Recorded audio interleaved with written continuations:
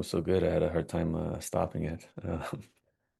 All right, welcome everyone to the Stoa. So good to have you all here today, and feel free to turn on your camera. Let there be light in the Stoa, if it's suitable to where you're at.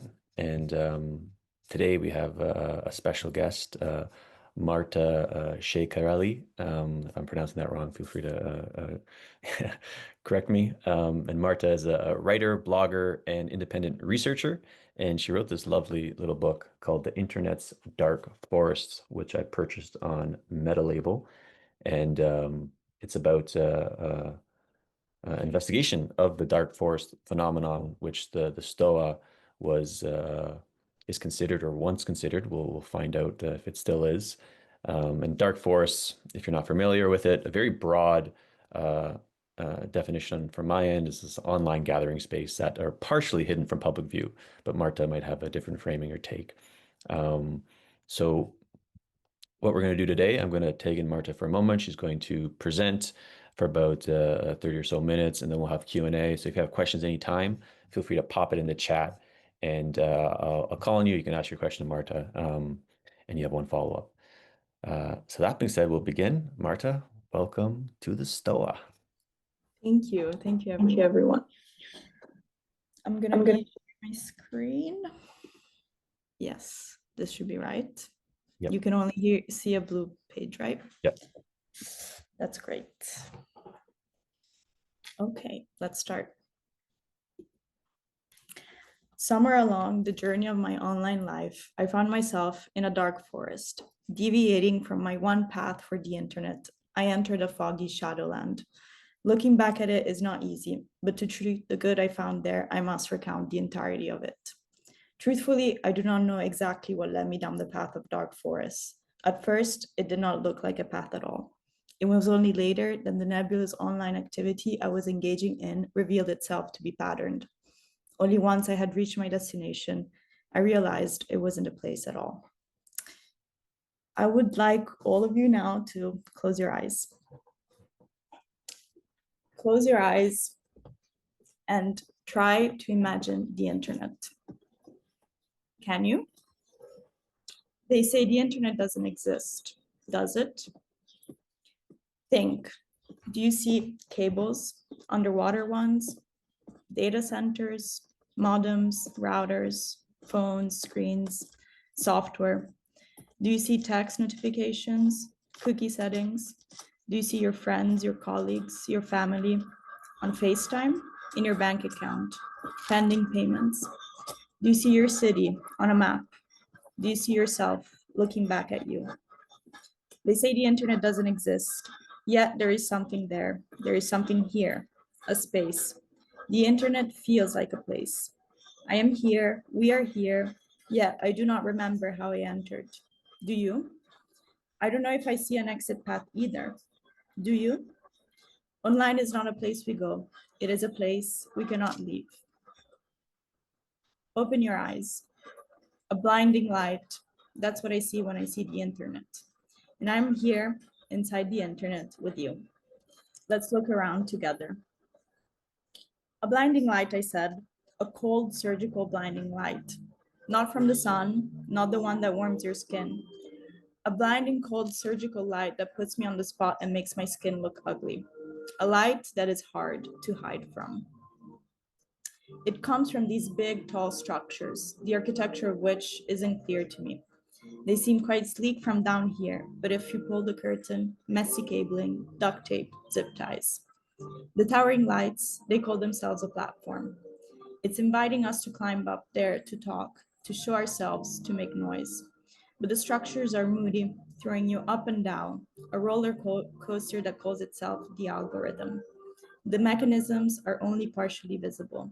Some say that the ones who built it don't even know how they work. But wait, actually, who built this? I asked the tower, like an oracle. Who built this?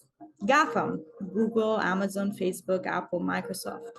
Okay, all right, sure, yes, familiar with those terms. You can visit the headquarters if you like. Sure, right, why not? Let's see. Yoga studio, ping pong table, infinite snacks provided, in-house gym, smells like protein powder and energy drinks.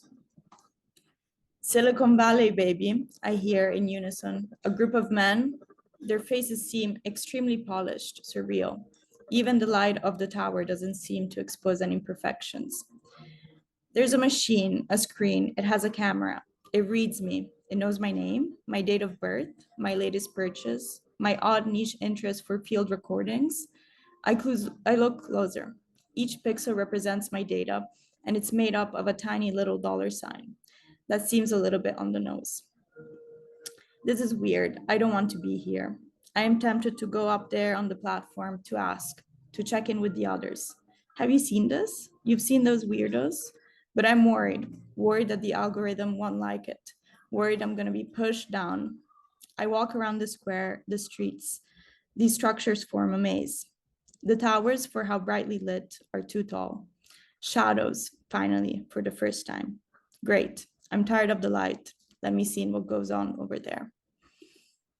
Carefully, I get closer. I hear weird noises. I can't tell what the noise is. Gibberish. I don't get it. I put my ear closer. Sounds like words, hundreds of thousands of them, a stream of consciousness. I follow its meandering path. Slowly, and then all at once, I find myself in a shadowland. Here is a dark forest. So this was a bit of a maybe dramatic introduction to my work. But I just wanted to start a bit like this because sometimes I feel like critical media theory gets a little boring, and I wanted to add this dimension of the actual experience of what it felt like for me, at least, to get close to these spaces. So the book that I wrote, this one, actually started as a master thesis. Um, and but actually I began my research sort of unknowingly just by existing online and seeing places that kept referencing other places that seemed far away and hidden, but somewhat reachable. And as the pandemic came and it brought on a sort of massive moment of onlineness, everybody was locked in. We had these kind of cozier spaces like Clubhouse, or also Be Real was really big here in Europe, House Party. More and more people were hopping on an internet that, in a sense, we were hoping was more comfortable than the hyper public one. But I had to write a thesis for my master course, and my course was in new media and digital culture. And so I began understanding these places that I was sort of seeing from afar as inhabiting or building a sort of different possible internet imaginary. And I began seeing it mainly through two different frameworks, really much connected to the approach that my university took. So the first one was really about platform studies and understanding the kind of history of how Web 1 turned into Web 2, ideas of affordances, platform economies, and kind of taking this approach of also periodizing the web.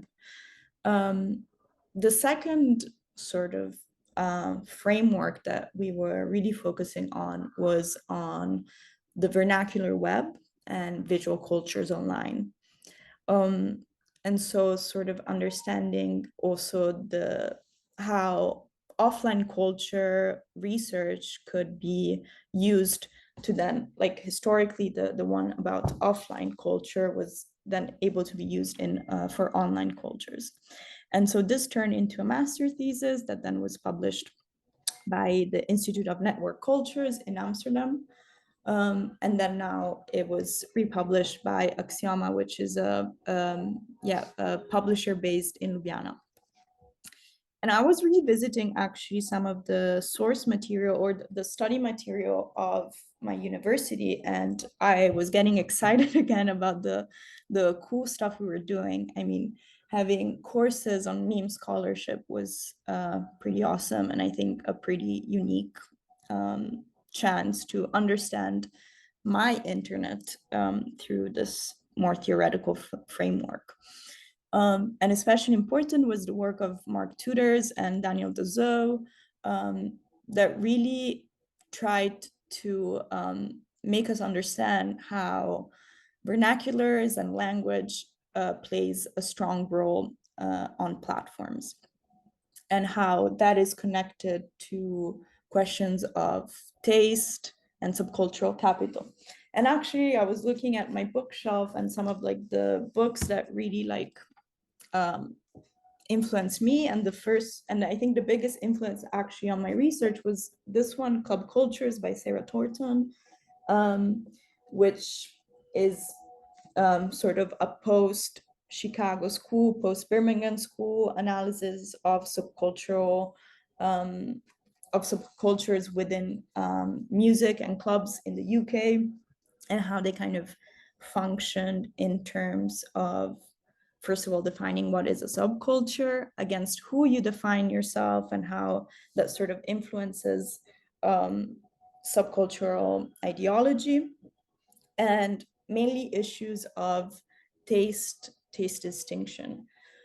And this approach was, yeah, very present in my courses, but it was often then taking the form of, you know, the manosphere. There were a lot of research being done on the reactionary turn of the spaces that were engaging the most with these kind of niche vernaculars.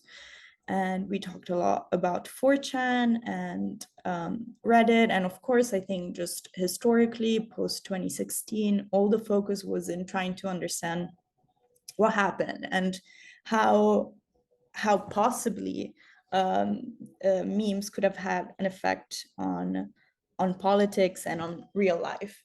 Of course, now this seems outdated, even though it's not even 10 years ago that we were asking these questions. But of course, we have come quite far and quite quickly in our understanding of kind of this useless division between online and offline life.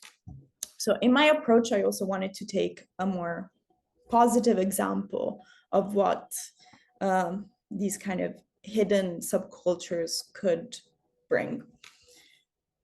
And first of all, or not first of all, but I think something that was quite important to actually understand was that the internet as a single object does not exist. And when we talk about the internet, we're mainly talking about internet imaginaries, which are, yeah, mental pictures of hardware and software, because of course, the internet is such a ungraspable concept that is also contains many meanings, many histories, but we need names and metaphors to concretize them, because we can't always be talking about the whole of the internet.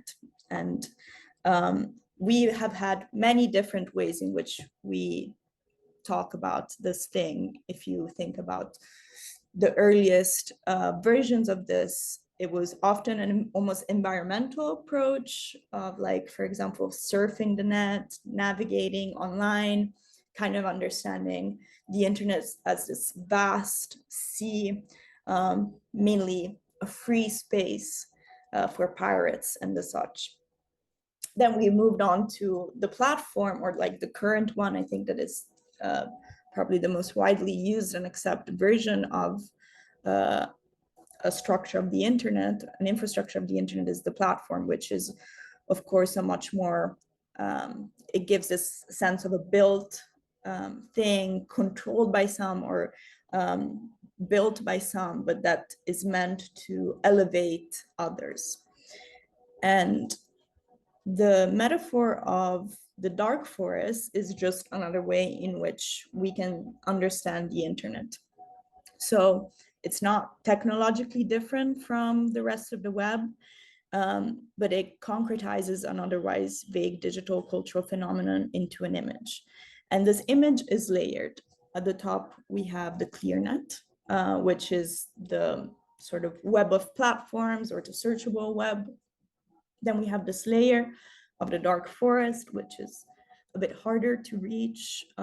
Sometimes it's paywalled, sometimes it's more dependent on subcultural capital. Your entry is determined by that. And then you have the dark net, which kind of is the deep dark web that nobody wants to touch. It's where all the illegal stuff goes on. And the dark forest in my book serves, like this metaphor serves two, um, two uses. First one, it's the theoretical one of this existence of a sheltered sort of web. And the second one is a more practical one with actually determining a certain subculture or scene. So the actual communities that inhabit this layer and understanding, not trying to map them, but sort of understanding their subcultural practices that they employ to communicate and craft an alternative collective identity. The book kind of then starts with a partial history of the internet, trying to understand what the cardinal sin of this Web.2 was and why we needed to somehow escape it. And the kind of original sin is the capitalist strategies that were employed to render this newly social web profitable. And so experiment in turning the internet into the social internet. As soon as they showed this possibility of monetary gains, there was this transformation into the platform, which brought mechanism of alignment of all of the web into a platform-ready web.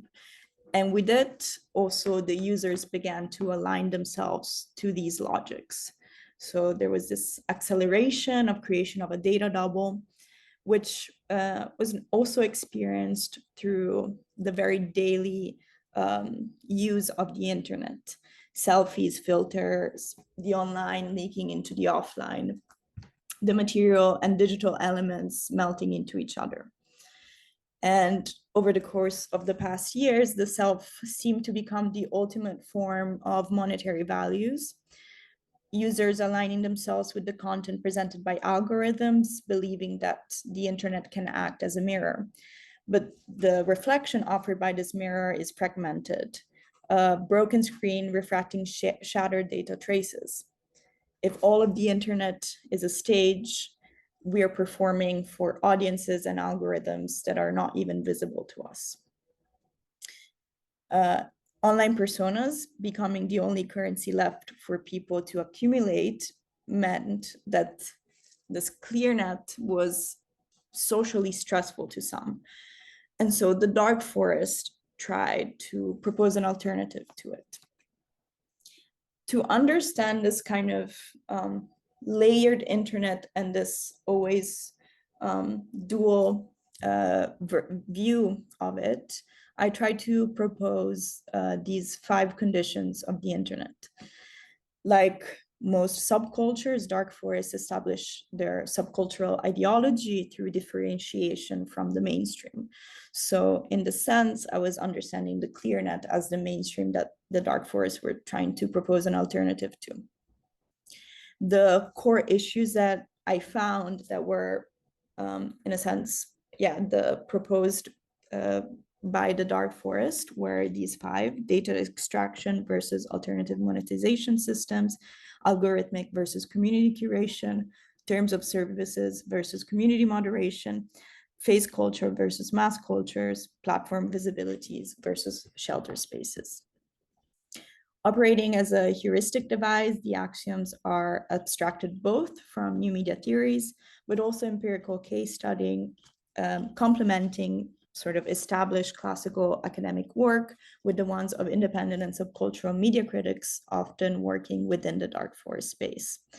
And it's sort of meant to be a field guide or a map to understand the kind of ideology behind the construction of this imaginary. But of course, while there's this clear net is viewed as this place of control, surveillance, and automation, and the dark forest proposed some alternative to it. The dark forest can only partially elude some of these processes. And this layer that is for forgiving relationships, close connections, and community buildings is constructive to cultural production and media critique. But of course, it's not the full solution to the issue. It is, however, a dual and oppositional ecosystem that the dark forest dwellers have to deal with. And some of the practices that are used to navigate these complex places were, I think, best summarized in the work of Other Internet, which I'm sure a lot of you are very much familiar with, since it was also operating in this dark forest space.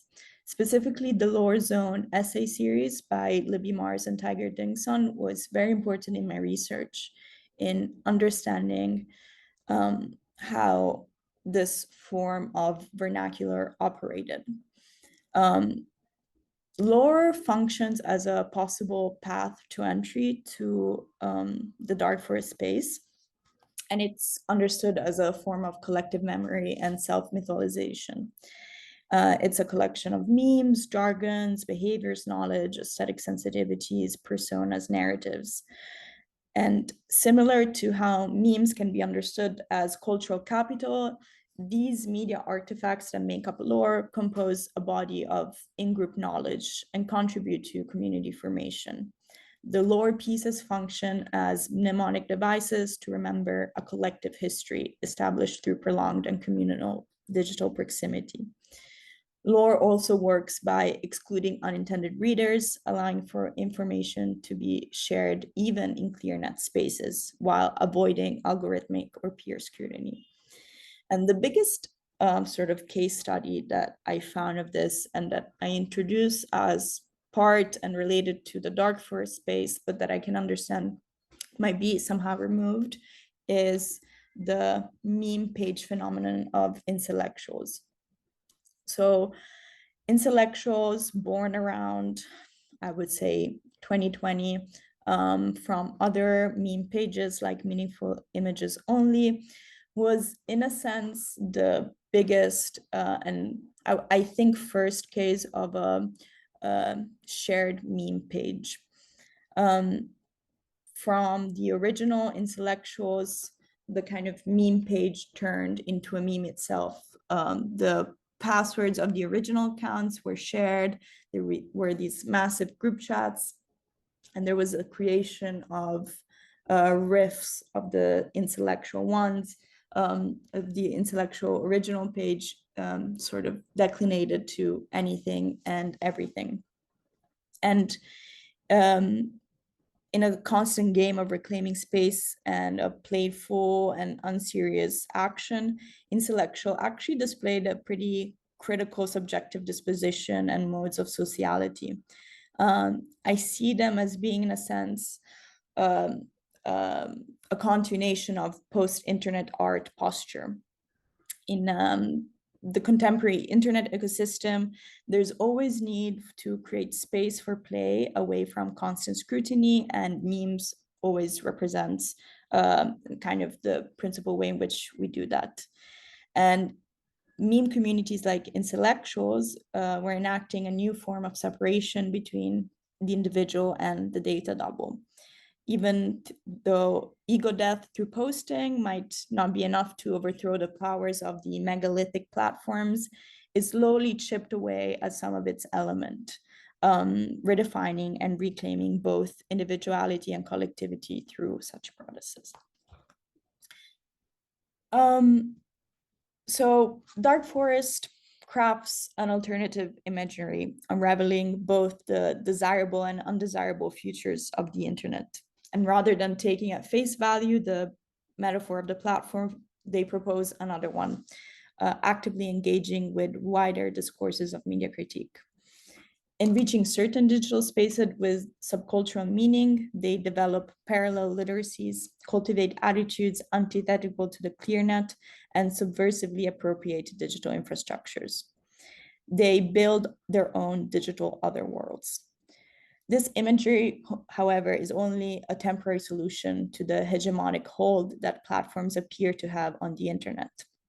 So dark forests always run the risk of getting lost in their own isolating and unintelligible noise, as well as being reabsorbed into the machine of the clear net. These spaces need to constantly reinvent themselves if they want to survive. Still, at a time when the tech oligarchy appears as a looming cloud over the internet, at a time when it's easier to imagine the end of the world than the end of meta, these shadowlands are the starting points to reinvent ourselves online. Thank you. Awesome. Thanks, Marta. Let's give Marta a round of applause. That's a great presentation. So if you have any questions, feel free to put it in the chat, or you can raise your yeah, put it in the chat actually. It can be brief and I'll call on you, and I'll have a few questions for Marta and myself. And we were talking how it was interesting how you wrote this book, and Stoa was part of your research in the beginning, one of the original dark forests, and now you're here at the Stoa presenting. Yes. And it's trippy for me too, like receiving kind of this from a like kind of an academic research focus. Um, and I didn't mention this. This is sort of the one of the core texts of the Dark Forest. Yancey Strickler, the guy who coined the or repurposed the term in order to mean what Marta was just talking about. And a lot of people who had dark forest spaces, like myself, contributed to this text. Um, and yeah, I'm curious, maybe first just what is your interest space in doing this research, and what was your personal involvement in the dark forest when they were sort of first picking up when the beginning of the pandemic, COVID pandemic? Yeah, I mean, I was sort of, I mean, I've always been very online, and around 2019, 2020, I was a big fan of the New Models website and sort of their their first iteration as a content aggregation space. And then at one point, it seemed like everybody was going on Discord. And that was a bit scary for me. I didn't really understand it from afar. It looked like a very gamer centered space. And it just seemed a bit hard to comprehend. But I was seeing all these things from afar. I was also a big fan of Joshua Cittarella's work and of Brad Trammell's work. And then at some point, yeah, it just felt probably around the actual pandemic that everybody was retrieving to these spaces. So I decided to check them out. And I think I actually mainly, or at first, I entered some spaces kind of from the old politics sort of field. I remember I was in some anarcho-primitivist Discord at one point. A lot of it was always motivated by having to do assignments and kind of finding something that was close enough to me, but also distant enough that I could research. And so yeah, I joined a couple of Discords, and then I joined one of the meme pages, kind of stemming from intellectuals. I joined their Discord, and that was kind of my biggest experience in what I would consider a dark forest. There was also Do Not Research, which was really much connected to it, and also New Models Discord, but the one that and also the Brad Trammell Discord, but the one that I ended up actually participating in the most was this meme page that was also attempting to do some bigger media critique projects, but they never took off. I think we were too busy in trying to become online friends that like actually producing anything, which was actually quite nice. But yeah, so those were kind of the spaces I was operating in. And I want to more about what you see as the strengths of the dark forest and then the weaknesses. You mentioned it's like has a subversive quality or potential subversive quality. I wonder from your research how you see that and maybe what kind of like evidence or arguments for it. Well, I think first of all, there was a sort of avant-garde quality to the dark forest. I think right now in 2025, most, if not all, people, okay, maybe that's an exaggeration, but a lot more people are highly aware of the sort of control that platforms have over our lives, over politics, over economics, over work. Um, but I think even just 5 years ago, it wasn't as obvious. And I think the dark forests were one of the first to actually, in the sort of this new version of the internet, because of course you had the whole, hacker community, which was, had a similar perspective on the internet, but it was sort of one of the first signals of a need to escape this platform system. And right now also there's the whole kind of Fediverse and alternative platform universe that kind of has built on this, but it felt like a unique sort of perspective. And I think the strength was also in understanding how audiences can be small, maybe they should be small, and in that reduced sized, a lot more can happen than when you're speaking to the mass. And it's I mean, I think when it comes to offline spaces, that is kind of has always been understood or like practiced. Small reading groups are much more fun than like a large one. But I think we had this imperative of online, of big numbers, big reach, that we never really considered how the social web could be smaller and cozier and what the advantages of that would be. So I think in proposing the fact that actually in small numbers there's somewhat more strength, that was also very interesting, because in that way you can produce, I think, higher quality content.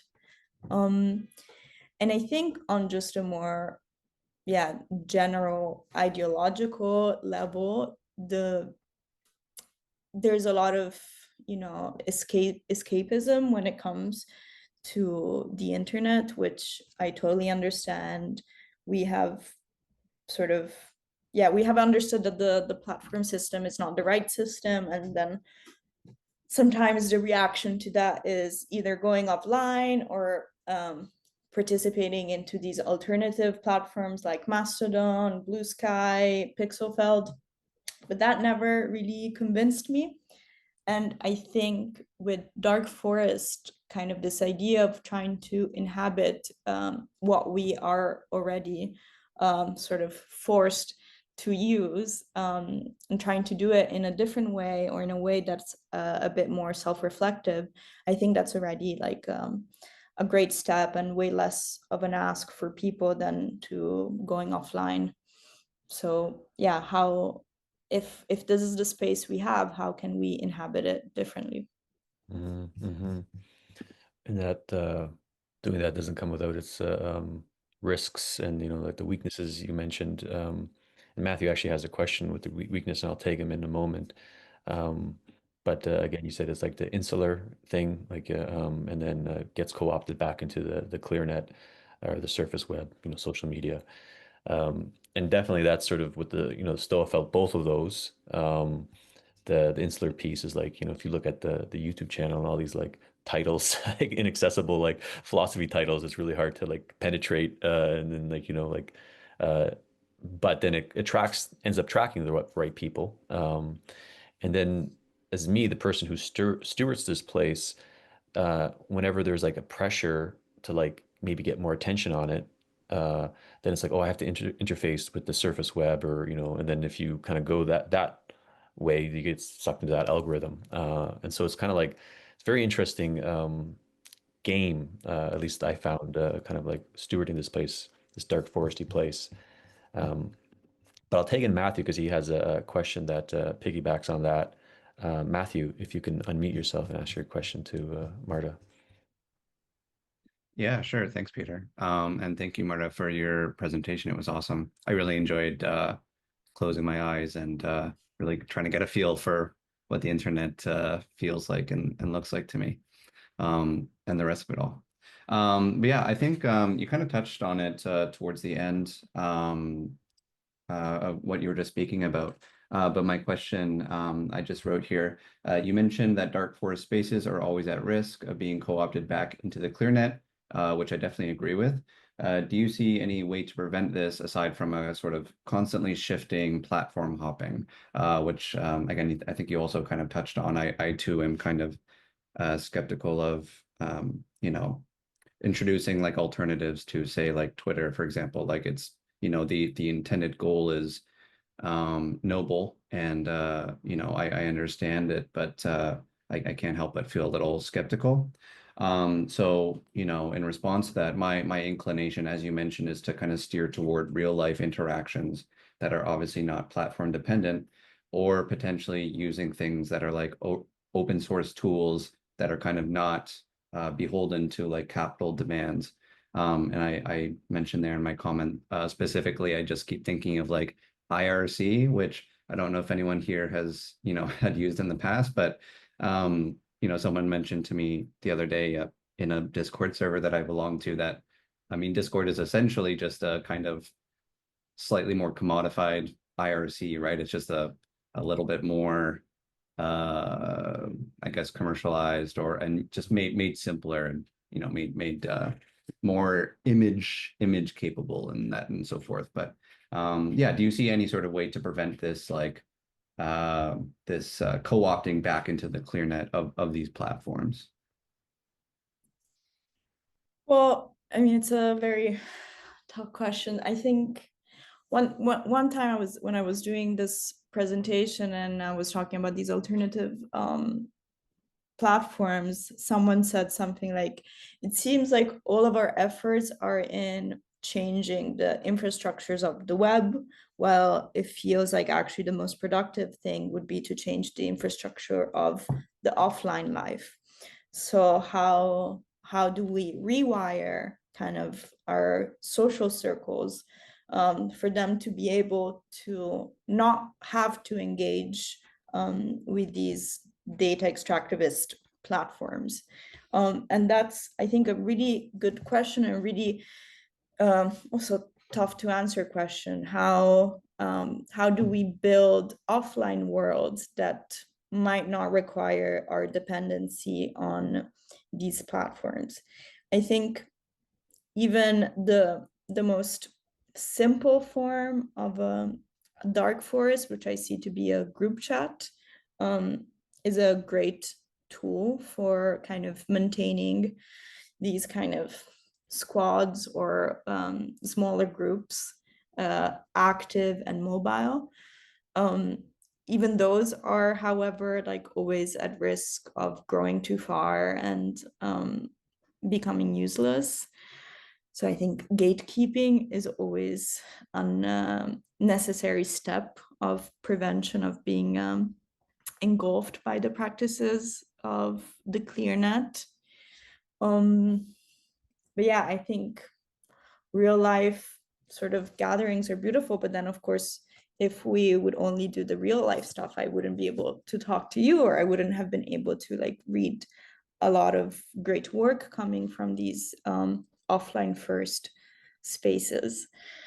So it's tricky. I think keeping things small and tight but interconnected and partially indexed is probably what works best. Like, how can you make sure that someone can link hop around and find your space, and be able to either join it or create some sort of protocol to replicate it? How can you sort of federate these kind of efforts, these kind of spaces? How can they be in conversations? How can they share tools and share practices without completely exposing themselves online to the eye of everyone. Any follow-up question, Matthew? Not a question per se, but just a thought, if that's okay. Sure. Yeah, I just wanted to kind of like touch on something that you mentioned that just got me thinking. Like, I mean, yeah, I've just been thinking lately about how really, you know, when you look at it, to me at least anyways, the dark forest kind of just feels like this is just, I mean, we're using language that makes it, you know, and it is academic and there's a lot of like stuff to unpack, but at the core of it is it is essentially just like interacting with people, right? Like, you know, to be honest, for myself personally, I only joined like a few Discord channels within the last like year. I was not on Discord until recently, and it created a very noticeable shift, at least for me, in the way that I was interacting with the things that were on my screen, right? Where I no longer just sort of, I feel like a lot of people are just passively consuming what is appearing on their screen. But the moment you join something like a Discord channel where there are people that you recognize, there are faces that you know, and you begin to create these relationships with people. Um, you are now sort of forced to create or partake in you know, something that is much more intimate that you know, the regular sort of clear net doesn't really provide. Um, so you know, and just connecting this back to, you know, something that you were saying about how you feel that these sort of dark forest spaces are kind of like a nice way to you know, move from that sort of clear net space to the real world. It's a sort of like a bus stop that you're passing through. Like, you know, this is like a necessary step before just jumping into like real life interaction per se. At least to my mind, these sort of dark forest spaces could potentially help to almost rewire people's brains to be oriented towards that kind of social interaction, right? Where for so many years, people, you know, are just sort of passively consuming things without getting used to the idea of actually being involved in another person's life. Um, and partaking in these dark forest spaces can sort of, yeah, I guess maybe attune you to that, to reconnecting with actual real people instead of your feed. Sorry for the ramble there.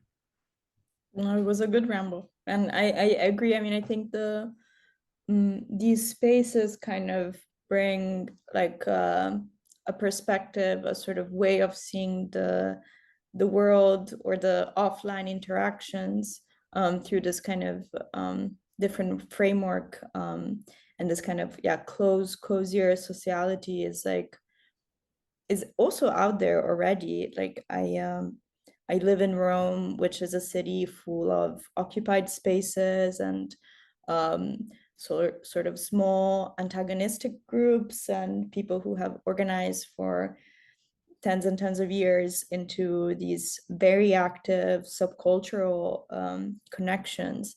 And they often don't even use online spaces. They barely have Facebook. They're like really practicing this kind of also off the grid mentality. And it's our cities are actually much more dark forest rich than sometimes we might think. It's about, yeah, kind of starting to understand how different places might share this ethos and this way of doing, and how can we, yeah, participate or connect them or sort of share this framework. Yeah, I'll jump in here with a share, and then we'll take in Kevin for a question. Um, yeah, I like what Matthew said. There's this phrase called the social field. Theory U talks about it. It's just basically sort of like your embodied sense of a group of people when they gather. So there's like a social field right here amongst these people. And if we meet this exact group meets every day, let's say for the next, like couple of weeks, then we're going to get more tuned, emotionally kind of like synced with these people.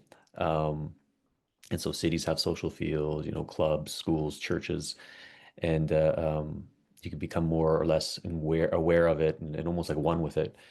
And I think that's the key with these dark forests. It's more about the social field rather than the platform that it's relying on or trying not to rely on. Um, and it's like for the Stoa, for example, when the Stoa started, we had like 40 events a week, and it was just like the social field just kind of got built, and you kind of felt the Stoa vibe. These are the Stoa people, and it still exists today. Like people like are meeting in person now. There's in-person events, and it's like, oh, people found each other from the Stoa. Um, so I think, like, how can you hold on and maintain that sensitivity and attunement to the social field that these dark forests help create? Um, yeah, so I'll pause here if anything comes up for you, Marta, with that share. No, I mean, that's great. I mean, this idea of the social field feels also really real in the sense of how comfortable it might be to be in a room, whether a server or like a Zoom room filled with strangers, essentially. And I think in my personal experience in the Discord server that I was in, especially because they were strangers and they were such outsider to my offline world, this social field sort of immediately felt yeah, very comfortable. Mhm. There were moments in which the kind of darker sides of some of these, especially like meme related spaces, um, can get to. Like there were some moments of kind of like, God, what the heck, what's going on? Like it's really weird stuff. But overall, like I think I even surprised myself in like how much I could, yeah, forge real, like also real, not real, offline, online. Like these are kind of useless words at this point, but they felt like real friendships. And um, the kind of, yeah, the textures of the dark forest are super interesting, and how they change through time, how they change through external circumstances. And yeah. Yeah, yeah, that's well said. Kevin, you have a related question about it being scary or not scary visiting a dark forest. Oh yeah, I'm thinking about the dark forest framing as opposed to the clear net, and to me, just like the sound of a dark forest sounds a lot like scare. I don't know, it has like a kind of fairy tale feel, like oh, there's a dark forest with monsters and that kind of thing. And I could see like certain maybe CD Discord channels or 4chan or something being a dark forest, but like group chats to me feel like much more clear net like. Um, Mhm. it almost feels like the clear net, like Instagram and Twitter and everything, is becoming a dark forest in the sense that it's scarier because there's political violence and all these crazy people with opposing political tribes, and they're like, oh, we have to kill CEOs or we have to get rid of all the immigrants, and it's like you're seeing like it feels a lot scarier. So it's almost like the clear net is like itself is like very scary and full of monsters. So I'm wondering what you feel about that framing. Yeah, I mean, the kind of confusing part about the metaphor of the dark forest comes from its kind of multiple origins. So it was first used by Liu Cixin in this trilogy, The Three Body Problem. And actually there it had this connotation. So the universe is a dark forest. It appears silent, but actually all the different, animals, predators and preys that inhabit it know not to make noise because that would reveal your position. And if you reveal your position, you will be attacked in this inevitable war. And so the universe functioned in the same way. So is there alien life? Why, if there is, why haven't we heard any? We keep putting noise out there, but we haven't gotten anything back.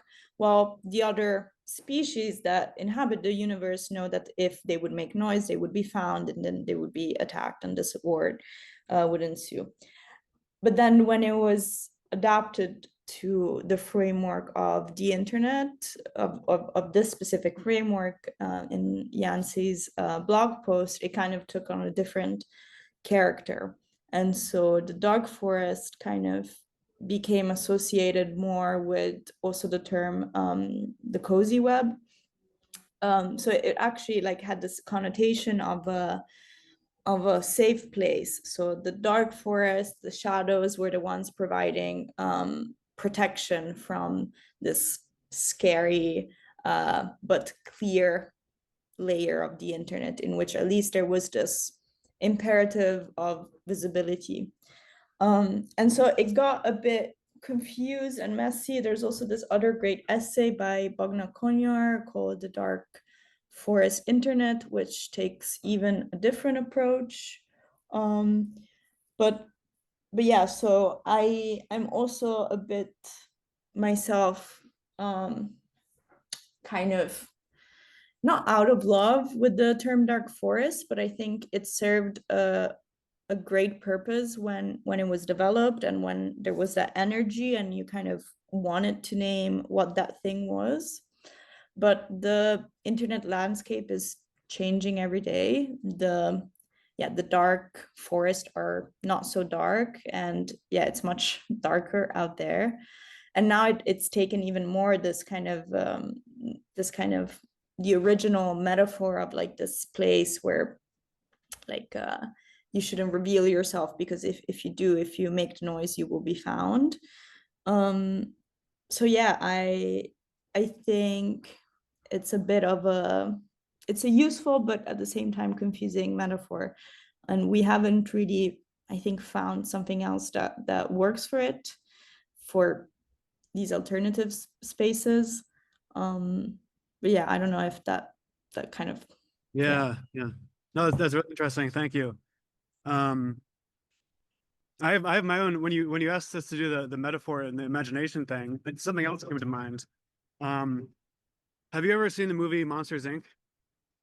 actually have not. The Pixar movie. So like all the monsters, like they have this big corporation and they go through like the children's closets to scare them. Mm-hmm. And let me attempt a Jordan Peterson commercial, not commercial impression. So when you watch a movie, do you really, if you say that the movie makes sense, but do you really understand what the movie means? Like, think about Monsters Inc. So the monsters come out of a closet. And what is a closet? It's a dark place in a children's room that's unknown. So like that's the projection of your imagination, man, because that's where the monsters hide. But now all the children, they have smartphones and they have computers, and what does a smartphone look like? It looks like a closet. Watch the intro of Monsters Inc. and you see all these doors moving, and to me they look like smartphones. So it's like now like you don't even have to have nightmares anymore. You don't have to dream about monsters in your closet. You just can look at your smartphone and you can see all the terrors of the human potential. And if you watch the rest of Monsters Inc., I won't go into it, but basically there's a big company that makes money off of children's fears, and that could represent Amazon or whoever, YouTube, whatever, the big companies.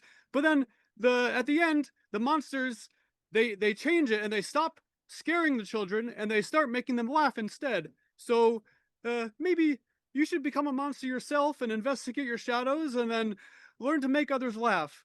And now I'm sounding like Kermit, so I'll Well, they're quite similar. They have quite similar voices. That was a great impression. Thank you.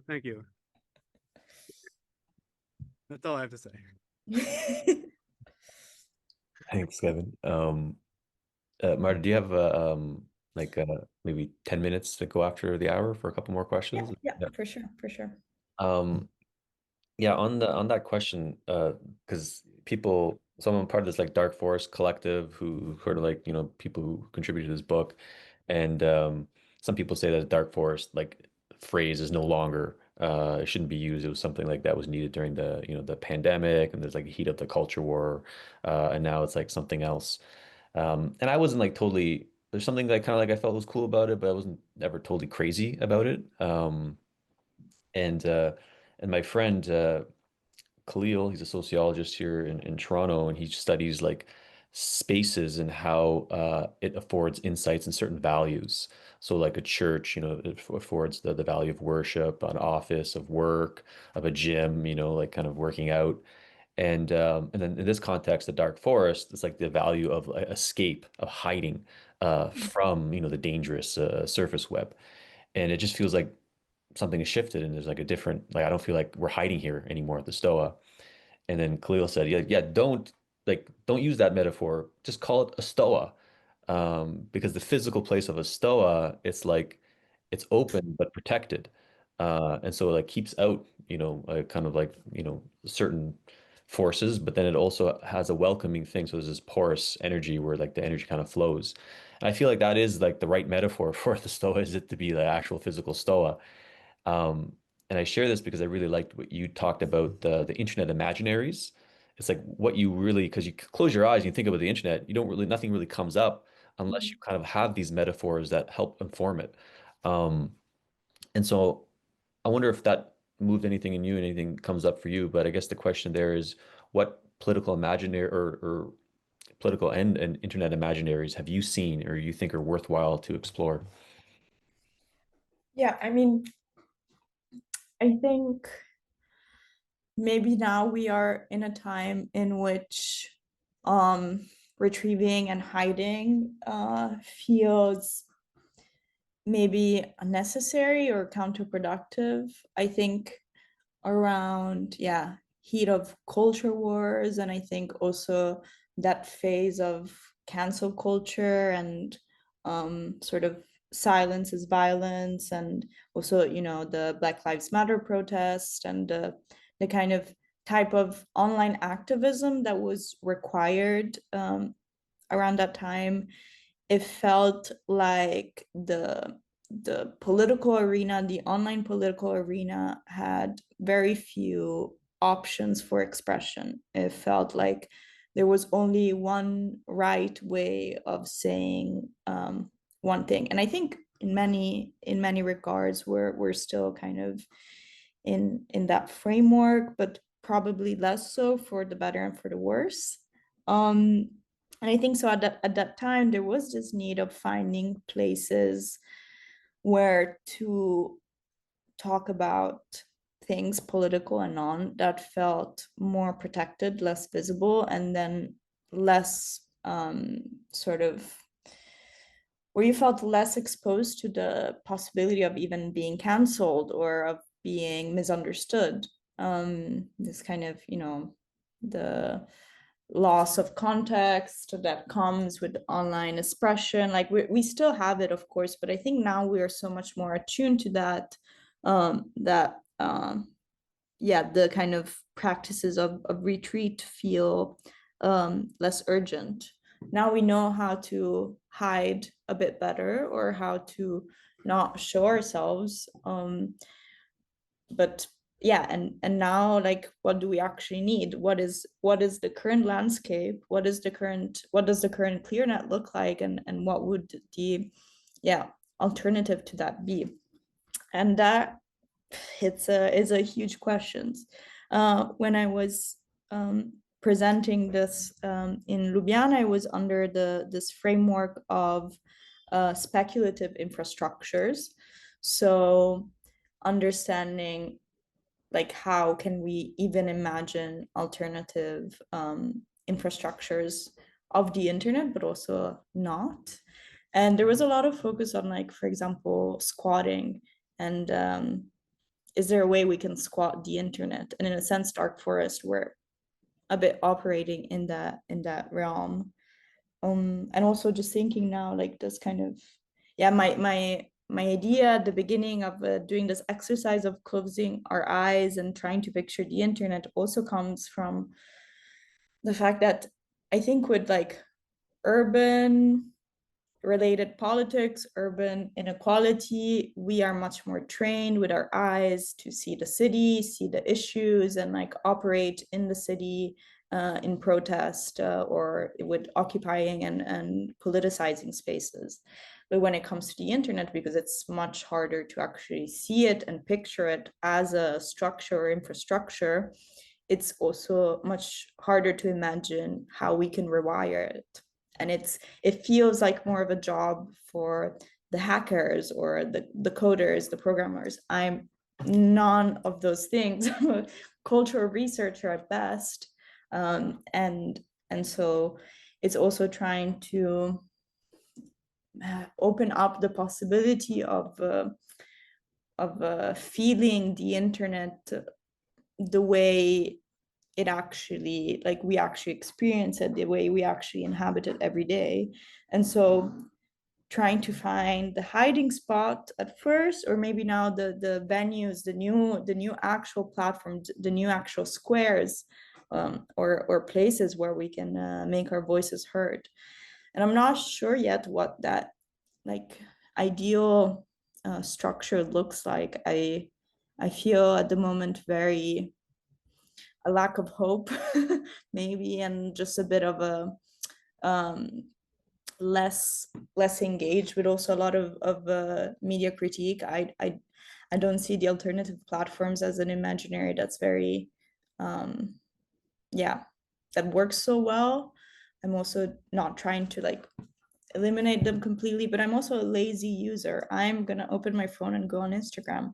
Like I want the sort of path of least resistance to work the best. So how do we find new paths of least resistance for people to move through the internet? Yeah, yeah. That doesn't really answer the question, maybe poses new ones, but I'm reminded of Caroline Busta, New Models, this awesome article she did. The internet didn't kill counterculture. You just don't yes. find it on Instagram. And then I posted the bottom of it. It's like her rallying cry. Uh, and yeah, it's like well, we have another question from Sophie, but I'll just share this. So the kind of trajectory in this, and one of the goals I had was to have the Stoa as a physical space, a coffee shop, that interacts with the online Stoa. And so like they weave between, the online dark forest and the physical, embedded in a local economy where there's like, you feel the social field there. And I feel like that's where Josh is heading as well from Do Not Research. I think a lot of these dark forest collective people are looking at physical locations. You just got to get the conditions right, and it's a heavy lift. But we're all experimenting with this sort of like these weaving of these in-person experiences with online happenings. So I'm doing more and more of this, and I think that is sort of the trajectory of these spaces, like really embedded in the real world and communal economies. Mhm. Um, so, Sophie, you had a question, and that this might be our last one. Thank you. And thank you, Marta, for your presentation. So my question is not super clear, and it's maybe just like an opening to something else. I don't know, but it seems like for me, there's like an elephant in the room, because every time we talk about internet or the internet alternative spaces like dark forests, we don't really talk about the human being as the body that we are, like the human body and flesh. Or maybe it's because I'm not aware of the academic world around that. I'm not actually at all. So, but to me, there's like, okay, there's all this kind of offline movement picking up right now, but we are an actual like bio spiritual technology. So if any kind of alternative space is going to be able to serve us, like what type of discipline or conscious engagement, like taking our bodies seriously, not just kind of removing our body a certain time, and then the internet is kind of the given that we don't re-question. I don't know if I don't know. It's kind of I'm wording this for the first time, so I don't know. No, I mean, I think a lot of the early cyber culture research was really like interested in this idea of the virtual as like a place in which the body wouldn't really exist or count anymore. And that was also the utopic dimension of like, on the internet, maybe issues of racism will be gone because the raised body is not present, or it's separated, it's virtual, so maybe it will be a more free space for that. But of course that didn't really happen. So there was a lot of the earlier theory focused on the separation between the online and offline kind of, and that there was this feeling of a promise of this space where the body wouldn't need to exist anymore, in a sense. But then we went online and we felt the sort of also physical heaviness of it all. At least for me, I remember especially like when I first joined that Discord, and I was probably the most online I had ever been. Like I remember headaches at the end of the day. I remember having dreams about the server I was in. I remember, and now sometimes I still like dream of my phone and of text notifications, and there's definitely a physical dimension of being online that we can't ignore. And I think any attempt at separating the body from this online experience is kind of futile. There's also this funny term that's used sometimes to refer to the offline world, which is meat space, which is very flashy, flesh-centered perspective. But maybe I lost my train of thoughts, but how do we kind of recenter maybe like the body in these practices? And I don't know, practicing also being offline and being away from the phone, I think for me is always a good thing, because I feel it in my body if I've sat too much in front of a screen. Also lowering our demands for others to be on phones and online and available, I think kind of helps. But it's very hard to navigate how like our physical like sort of relation to this non-physical thing. And I guess in a way that I always think about the internet is also as a sort of frequency that you can tune into. Right now it feels like impossible to tune out of it. Like at all times we're kind of tuned in with this noise. I mean, even if I will never forget my phone at home, but if I would have forgotten my phone at home, I would probably think, oh my God, I was supposed to receive that message, or there was that email I was meant to reply, or I need my phone to pay for with my bank account. Like it's constantly there, even if we're away from our keyboard.